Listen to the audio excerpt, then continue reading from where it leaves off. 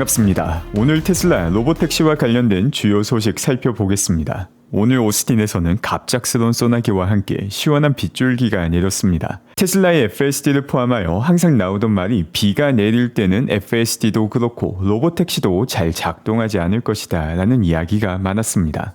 하지만 소나기가 내려치는 환경에서도 테슬라의 로보택시는 운전자 없이 완벽한 자율주행을 보여주었습니다. 테슬라의 자율주행 능력은 벌써 증명이 끝이 난 상황이었습니다. 중국 주행 데이터로 트레이닝하지 않고 미국 주행 데이터로 트레이닝된 중국 FSD 같은 경우도 엄청난 고난이도 주행을 반복해서 보여주었습니다. 지금 영상 같은 경우 옆에 조그마한 차량과 1cm 간극을 두고 지나가는 모습이 확인이 되었습니다. 테슬라 FSD의 사물 인식 능력이 아주 정확하고 뛰어나기 때문에 테슬라의 로보택시 역시 난이도가 높은 구간에서도 비가 올 때도 햇빛이 쨍쨍할 때도 완벽한 자율주행을 보여주고 있습니다. 이런 상황에서 테슬라는 로보택시 운영구역 확대를 준비 중입니다. 어제부터 오스틴 시내에서는 검증 작업을 진행 중인 테슬라 차량이 지속적으로 목격이 되고 있습니다. 이 검증 같은 경우 만에 하나의 사태를 대비해서 안전도를 조금 더 높이는 작업이 되며 이 검증 작업을 거치지 않더라도 테슬라의 로보택시는 사실상 오스틴의 모든 구역에서 주행을 할 수 있는 준비가 되어 있다는 것은 벌써 증명이 되었습니다. 이를 증명하는 내용이 지난 주말 공개되었던 테슬라의 무인 배송입니다.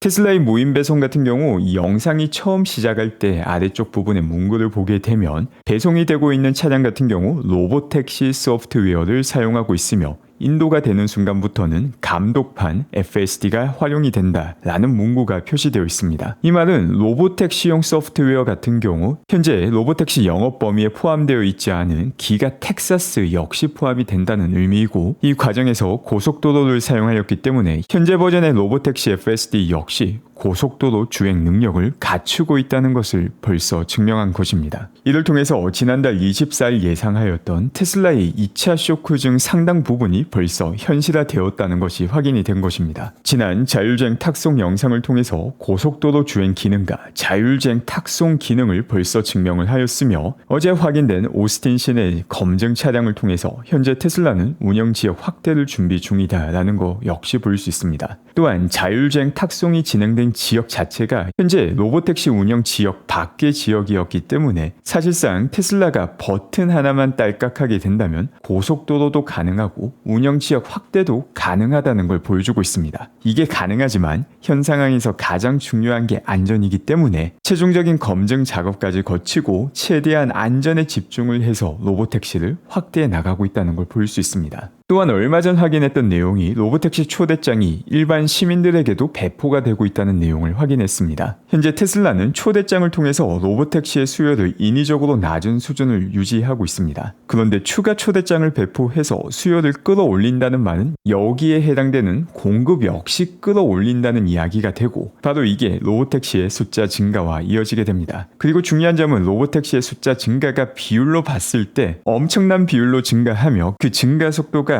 로보택시 역사상 한 번도 본 적 없는 속도로 증가하게 된다는 것입니다. 또한 오늘 로보택시 앱 업데이트 역시 진행이 되었습니다. 지금까지 로보택시의 픽업 장소를 보게 되면 최대한 안전한 장소를 선정하는 것을 볼 수 있었습니다. 그런데 이번 로보택시 앱 업데이트를 통해서 픽업 장소를 조절할 수 있게 되었습니다. 처음으로 로보택시를 타는 장면이 공개되었을 때 이용자가 로보택시를 타기 위해서 조금 많이 걷는 장면이 목격되기도 하였는데 바로 이번 업데이트를 통해서 이런 부분 역시 개선이 되게 되었습니다. 로보택시가 출시한 지 얼마 되지 않아서 사실상 로보택시 출시와 함께 거의 실시간으로 문제점이 개선되는 모습을 확인할 수 있습니다. 또한 로보택시를 호출하고 난 다음에 바로 로보택시를 탑승하지 않으면 언제까지 로보택시가 대기할지와 관련된 정보도 새롭게 확인을 할 수 있습니다. 지금 보시는 내용이 바로 방금 전 살펴봤던 내용입니다. 지금 화면을 보게 되면 로보택시가 8분 뒤인 오후 5시 42분에 도착하게 되는데 이 5시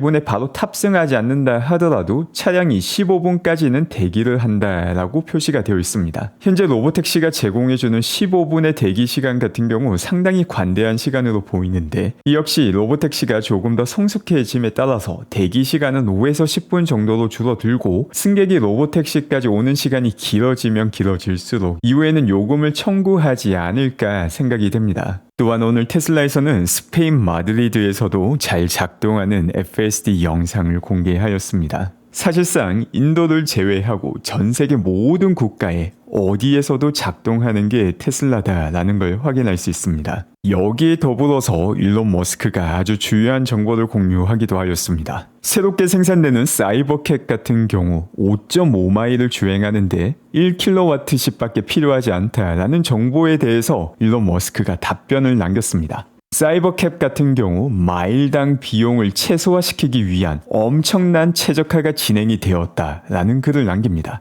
즉 위에서 주장한 1kW시당 5.5마일을 갈 수 있다는 주장이 사실이라는 것입니다. 이게 어떤 의미냐면 서울에서 부산까지 약 400km 정도가 되는데 이걸 사이버캡으로 가게 된다면 비용이 10,000원도 되지 않는다는 이야기입니다. 현재 한국의 전기 요금을 조금 찾아보니 계절과 시간대에 따라서 조금 차이가 있지만 보통 100원에서 200원 정도 하는 모습을 보일 수 있습니다. 이 1kW시당 200원이라고 치겠습니다. 1kW시당 5.5마일을 갈 수 있다는 말은 1kW시당 8.8km를 갈 수 있다는 말이고 1kW시당 200원의 전기 요금을 적용하게 된다면 200원으로 8.8km를 갈 수 있는 것이고 이렇게 되면 400km를 9,000원에 갈 수 있다는 의미가 됩니다. 앞서 가정은 사이버캡이 한국에서 집밥을 먹을 때를 가정한 건데 사실 사이버캡 같은 경우도 한국에서 운영된다면 테슬라에서 제공하는 충전소를 활용하게 되고 그 비용은 더욱더 줄어들게 될 것입니다. 그런데 한국의 기름값을 살펴보니 다음과 같은 한국일보 기사를 볼 수 있었습니다. 서울부터 부산까지 가는데 들어가는 유류비가 2023년과 비교했을 때 2025년에 5,306원이 늘어나서 총 57,684원이 들어가게 됩니다. 늘어난 비용이 5,300원이 넘어가는데 사이버캣 같은 경우 전체 비용이 9,000원밖에 되지 않습니다. 전기차의 유지보수 비용 및 운영 비용이 낮다는 것은 잘 알려진 사실이지만 사이버캣 같은 경우 이를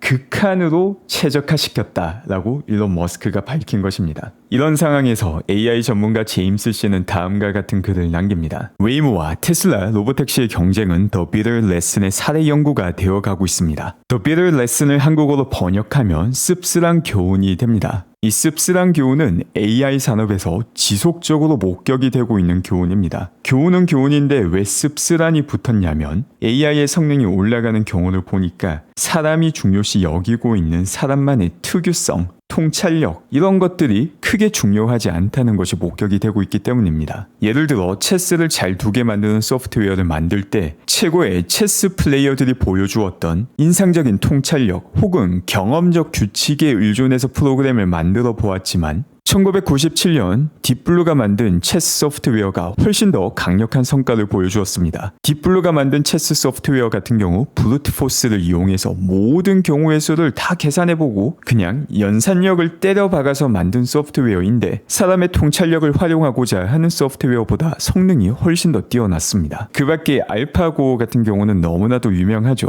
알파고 역시 수준이 급격하게 올라가기 시작한 시점이 사람의 실제 대국 기록을 바탕으로 트레이닝 될 때가 아니라 알파고끼리 붙으며 이겼을 때 점수를 제공해주는 강화 학습을 엄청난 규모로 진행했을 때 사람보다 훨씬 더 뛰어난 바둑을 두는 소프트웨어가 탄생이 되었습니다. 이 과정에서 중요했던 건 사람의 통찰력이 아니라 알파고끼리 수십, 수백, 수천, 수억 번의 시뮬레이션을 할 수 있는 연산력이었습니다. 또 비슷하게 음성인식 AI에서도 똑같은 일이 일어나고 있습니다. 특정 언어를 듣고 이 언어를 정확하게 이해하는 데 도움이 되었던 건 언어학적 규칙 혹은 문법이 아니었습니다. 그냥 다량의 데이터를 때려박아서 트레이닝 했더니 이 모든 문법과 규칙을 내포하고 있는 하나의 신경망이 만들어지게 된 것입니다. AI라는 산업에서 살아남게 되는 존재를 보게 되면 특수한 케이스에 대해서 최적화시켜서 그 케이스에 잘 작동하는 솔루션이 아니라 엄청난 데이터와 트레이닝을 때려박으면 그 어떤 것보다 더 뛰어난 성능의 AI가 나온다는 게 바로 더 비터 레슨, 씁쓸한 교훈인 것입니다. 여기서 왜 웨이모와 테슬라가 나왔냐면 웨이모 같은 경우 특수한 상황에 대해서 최적화를 시키고자 하고 있지만 테슬라는 전반적인 모든 경우에 대해서 데이터와 트레이닝으로 대응하고 있습니다. 그리고 지금까지 AI 산업의 교훈을 보게 된다면 결국 승리하는 AI 소프트웨어, 더 뛰어난 능력을 갖춘 AI 소프트웨어는 더 많은 데이터와 더 많은 컴퓨팅을 때려박은 AI 소프트웨어다라는 게 알려져 있는 상황입니다. 이 내용을 확인하기 위해서는 먼 미래까지 기다릴 필요도 없습니다. 벌써 전 세계에서 작동하고 있는 테슬라 FSD만 본다 하더라도 얼마나 잘 작동되고 유용한지는 손쉽게 확인이 가능합니다. 이에 반해 판단력이 부족한 사람들이 찬양하는 웨이모 같은 경우 매일마다 길막을 진행하고 있습니다. 웨이모의 길막은 매일마다 확인이 되고 있지만 오늘 같은 경우는 조금 치명적이었습니다. 소방차가 지나가야 되는 길을 웨이모가 길막하며 잠재적으로 큰 피해를 초래할 수 있는 장면이 목격되기도 하였습니다. 웨이모가 일으키고 있는 문제는 오스틴시의 공식 통계를 통해서도 확인할 수 있습니다. 2025년 웨이모와 관련된 자율주행 문제는 총 46번 보고가 되었으며 이제 7월달이 시작된 지 정말 얼마 되지도 않았는데 2건의 추가 문제가 보고되기도 하였습니다. 그리고 웨이모와 관련된 문제점 중 대부분의 경우는 길막이다라는 것도 볼 수 있으며 실제 사고가 일어날 뻔한 경우도 보고되고 있습니다. 이에 반해 테슬라의 로보택시와 관련된 보고는 지금까지 한 건이 일어났는데 그 보고 내용을 보게 되면 세이프티 컨서널로 실제 사고가 난 게 아니라 이유는 알 수 없지만 테슬라 로보택시와 관련해서 불편을 느낀 주민이 한 건의 민원을 제기한 게 지금까지 확인된 유일한 신고입니다. 이처럼 실제 문제를 일으키는 빈도와 관련된 통계를 통해서도 AI 산업에서 지금까지 일관되게 목격된 씁쓸한 교훈을 통해서도 1kW시로 5.5마일을 주행할 수 있는 사이버캡의 최적화를 통해서서도 미래 자율주행 시장 그리고 로보택시 시장의 승자가 누가 될지는 아주 명확한 상황입니다. 이와 함께 조태금 아이어씨는 오늘 또 기가 텍사스 영상을 공유해 주셨습니다. 여기에 나오는 주요 내용을 보게 되면 현재 기가 텍사스 내부에서는 라인 업그레이드가 진행 중입니다. 이 라인 업그레이드 같은 경우 6월 말에도 언급이 되었었는데 바로 이번 주말에 끝이 나게 될 것 같습니다. 그리고 바로 이 시점에서 라인이 업그레이드 된다는 것은 저가형 모델 생산 준비일 가능성이 아주 높습니다. 이처럼 정황상 테슬라가 저가형 모델을 만들고 있을 가능성이 워낙 높기 때문에 어제 테슬라가 공개하였던 이 이미지 속에서 바로 이 차량이 저가형 모델 힌트가 아닐까라고 제가 영상에서 언급하였는데 이와 관련해서 테슬라 공식 계정이 이게 저가형 모델이 아니라 테슬라가 아닌 차량이 슈차에서 충전을 하는 모습을 나타낸 것이다 라고 공식적으로 언급을 하기도 하였습니다. 물론 과거 테슬라가 언급하였던 2025년 상반기 저가형 모델 생산과 지금 진행되고 있는 라인 업그레이드를 통해서 저가형 모델 생산이 곧 시작된다는 것은 분명한 사실이지만 이 이미지 같은 경우 테슬라가 아닌 차량을 표현하고자 하였는데 저가형 모델에 대한 기대가 크다 보니까 이마저도 저가형 모델로 보이는 일이 발생하였습니다. 이게 정말 중요한 건데 상대방의 의도가 어떻든 간에 내가 무언가 바라는 게 있으면은 그 바라는 쪽으로 해석이 되는 경우가 많다라는 걸 이번에 저도 다시금 느꼈습니다. 그 밖에 일론 머스크가 최초로 한국어 게시글을 남기기도 하였습니다. 그 내용이 무려 나는 깨어있다 였습니다. 이 글 같은 경우 X를 통해서 테슬라 정보를 공유해 주시는 테슬라 조아님이 일론 머스크가 글을 남기자마자 기상시간을 파악하여서 일론 머스크가 큰일 없이 건강하게 일어났다라는 글을 남겼는데 바로 여기에 대한 답글로서 일론 머스크가 나는 깨어있다라는 글을 남깁니다. 물론 이 글 같은 경우 잠에서 깨어있다라는 의미일 수도 있겠지만 보는 관점에 따라서는 마치 매트릭스 속의 네오가 깨달음을 얻었던 것처럼 일론 머스크 역시 무언가를 깨닫고 남긴 건지도 모르겠습니다. 그 밖에 샤오미 CEO가 아주 흥미로운 발언을 하기도 합니다. 현재 샤오미 같은 경우 YU7의 예약량이 상당히 높은 상태인데 CEO가 뜻밖의 발언을 합니다. 만약 여러분이 빠르게 차량이 필요하다면 테슬라 모델 Y도 충분히 고려할 만한 좋은 차량입니다. 라는 이야기를 하였습니다. 비슷한 가격의 전기차를 판매하는 회사의 사장이 경쟁사의 차량을 추천한다? 선뜻 납득되지는 않는 발언인데 그만큼 테슬라를 존중한다는 것을 보여주는 제스처가 아닌가 생각이 듭니다. 오늘도 함께 해주신 분들 감사드리며 건강한 하루 되시기 바랍니다.